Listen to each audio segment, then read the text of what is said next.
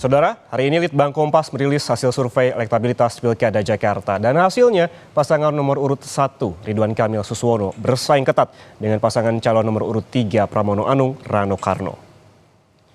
Paslon nomor urut 3, Pramono Anung Rano Karno, meraih 38,3% dari jajak pendapat yang dilakukan pada 20 hingga 25 Oktober 2024. Paslon nomor urut 1, Ridwan Kamil Suswono, meraih 34,6% dan 3,3% menyatakan dukungannya untuk paslon nomor urut 2 yaitu Dharma Pongrekun dan Kun Wardana.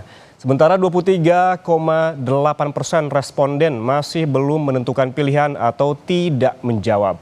Survei ini dibiayai sepenuhnya oleh PT Kompas Media Nusantara. Selengkapnya soal hasil survei Anda bisa baca di harian Kompas atau kompas.id. Dan untuk mengetahui lebih lengkap tentang hasil survei di Jakarta, telah hadir di studio peneliti Litbang Kompas, Rangga Eka Sakti. Selamat siang, Mas Rangga. Selamat siang, Mas. Harian Kompas hari ini mengangkat terkait dengan pilkada full begitu ya. Terkait dengan Ridwan Kamil dan Pramono bersaing ketat sesuai dengan judulnya. Juga hari ini di grafisnya yang diangkat begitu tipis angkanya yang tercatat oleh Litbang Kompas.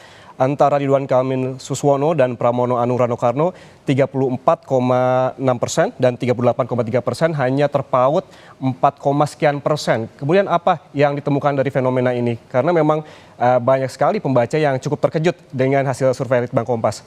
Ya, jadi memang pertama bahwa pengukuran ini kan yang terakhir ya dari Litbang Kompas sebelumnya itu memang sebelum ada paslon yang sudah fix begitu ya. Dari sini memang terlihat bahwa pertama kontestasi itu masih ketat. Jadi baik dari paslon nomor urut 1 maupun nomor urut 3 itu masih punya kesempatan lah untuk bisa memenangkan pilkada. Artinya masih sangat dinamis ya? Masih sangat dinamis. Terutama lagi jumlah responden yang masih belum menentukan pilihan kan relatif cukup besar ya. Sekitar seperempatnya, 23,8%. Nah ini yang nanti kemudian perlu untuk digarap sehingga bisa lebih diarahkan suaranya. Kalau kita lihat juga tipis 34,6% Ridwan Kamil Suswono dan 38,3% Pramono Anung Rano Karno. Namun seperti tadi Mas Rangga bilang, yang tidak tahu dan tidak menjawab juga cukup tinggi, 23,8%. Ini seperti apa fenomenanya? Ya, jadi memang kalau kita lihat masyarakat Jakarta itu cukup rasional ya. Jadi memang tipikal karakteristik masyarakat yang rasional itu banyak pertimbangannya. Dalam waktu yang tersisa ya 2-3 minggu ini memang baik paslon nomor urut 1, 2, dan 3 harus benar-benar bisa menyentuh langsung masyarakat, bisa menjabarkan dengan lebih clear lagi kira-kira gagasan dan visi misinya seperti apa. Pertimbangan menjadi hal penting yang ya dipilih-pilih begitu oleh masyarakat yang tadi 23% yang belum menentukan. Ini juga diangkat oleh Litbang Kompas pertimbangan untuk memilih terkait dengan elektabilitas paslon Pilkada Jakarta 2024. Ada beberapa poin yang diangkat, ada sosok Cagup, sosok Cawagup, tidak keduanya tidak tahu dan tidak menjawab. Yang tertinggi justru sosok Cagupnya. Ini seperti apa, Mas? 64,5%. Ya, bahwa berarti mayoritas memang melihatnya di sosok Cagupnya. Ya mungkin karena memang tapi sangat jomplang begitu ya. Di sosok Cawagup justru hanya 22%. Iya, Mas. Jadi karena memang masyarakat kita berarti menilai bahwa nantinya yang punya kuasa lebih untuk membuat kebijakan, kemudian membuat peraturan itu berarti di sosok Cagupnya gitu. Artinya yang mempertimbangkan selain sosok Cagup Cawagup, karena ini masih dalam rentang kampanye, apakah jadi turut diangkat oleh Litbang Kompas terkait dengan sosok yang mendukung seperti data di belakang ini. Survei Litbang Kompas 20 hingga 25 Oktober, pertimbangan pilihan calon gubernur ini yang didukung oleh Joko Widodo sebesar 46,6%. Dan yang mengejutkan besar sekali yang didukung oleh Prabowo Subianto atau Presiden Prabowo Subianto 49,7%. Kemudian yang didukung oleh Ahok 39,9%. Yang didukung oleh Anies juga cukup tinggi 44,2%. Berarti intinya ada korelasi. Sejumlah tokoh mendukung siapa dengan pertimbangan warga untuk memilih paslon tertentu. Ya, dari hasil kita memang ada indikasi begitu ya, Mas ya. Jadi ini kan kita mencoba melihat efek dari endorsement. Kira-kira ketika ada sosok seperti Pak Jokowi, Pak Prabowo, Pak Ahok dan Pak Anies ini kira-kira seperti apa efeknya? Ini perlu dimaknai bahwa bukan berarti kemudian elektabilitasnya meningkat sebesar sekian persen atau langsung terkonversi menjadi suara begitu ya. Tapi paling tidak kita bahasakannya adalah pertimbangan.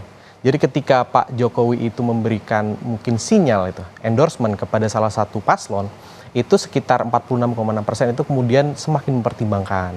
Sama halnya dengan yang di sini yang paling tinggi ya, Pak Presiden Prabowo Subianto, ketika memberikan sinyal dia sekitar 50% dari responden kita kemudian semakin mempertimbangkan sosok yang di-endorse oleh Pak Prabowo begitu, Mas. Artinya semakin mempertimbangkan, bukan sudah Pasti. memastikan begitu. Kita mengingat bahwa Joko Widodo juga Presiden Prabowo Subianto tampak sudah menemui begitu salah satu paslon begitu. Kemudian ini justru kalau kita melihat dari survei Litbang Kompas angkanya tidak terpaut jauh.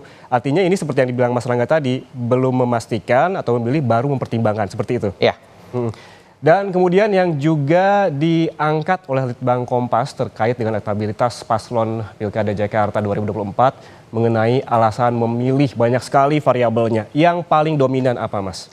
Kalau kita lihat di sini memang tadi ya seperti saya ceritakan bagaimana masyarakat Jakarta itu cenderung rasional, maka faktor-faktor yang kemudian dipertimbangkan itu lebih ke yang sifatnya kualitas. Misalnya yang paling tinggi 30,7% itu adalah pengalaman cagup dan cawagup gitu misalnya dalam pemerintah.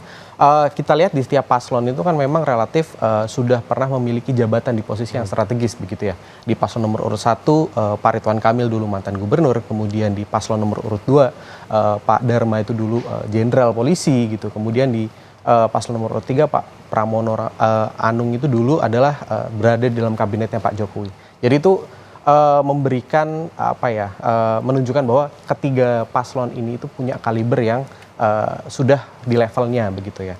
Sama juga dengan visi misi dan program kerja yang juga mendapatkan porsi cukup besar di 20,4%. Dan juga kualitas cagup dan cawagupnya termasuk kemudian latar belakang pendidikan, latar belakang pekerjaan sebelumnya itu juga relatif tinggi. Ini sebenarnya menunjukkan bagaimana pertimbangan-pertimbangan rasional tadi itu cukup tinggi di wilayah Jakarta ini.